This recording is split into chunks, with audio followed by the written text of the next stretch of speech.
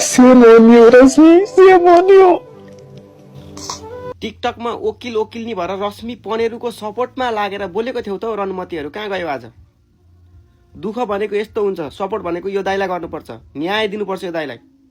उल्टो उसको सपोर्टमा लागेर बोल्ने रनमतीहरू कहाँ गयो? यहाँ आइज, सपोर्ट गर। तिमीहरूले बनाएको भिडियोले पोल्या छैन, अलिकति नै रिग्रेट भएको छैन तिमीहरूले बोलेको बोली? खाते नि हो साले, आज बोल्नु पर्ने ठाउँमा बोल्या छैन तिमीहरू?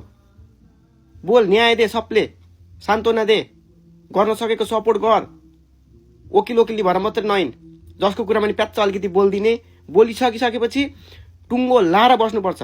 त्यत्तिकै वकिल नि भएर हुन्छ तिमीहरूलाई? साले सुँगुरको थुतुनो जस्तो परेको अनुहार लिएर बोलेको थियौ नि पनेरुको सपोर्टमा। आज बोल, न्यायको सपोर्टमा बोल जाँठीहरू। त्यो साले पनेरु कस्तो आफ्ना छोराछोरीलाई नपढाई उसलाई पढाएर अमेरिका पठाएको, आज पछाडिबाट छुडा हानी छैन तँलाई? के साह्रो चुमचुम भएको तँलाई चाहिँ? यस्तालाई त नि गाई छैन, त्यो फलाम रातो बनाएर तताएर नि दाम दिनुपर्ने क्या त्यो चुमचुमेमा। साले खातिनी दुःख, तँलाई यही तरिकाले तडपाएको तँलाई कस्तो हुन्थ्यो? सोच एकपल्ट। पारो तातेर आउँछ यार, नबोलौँ भन।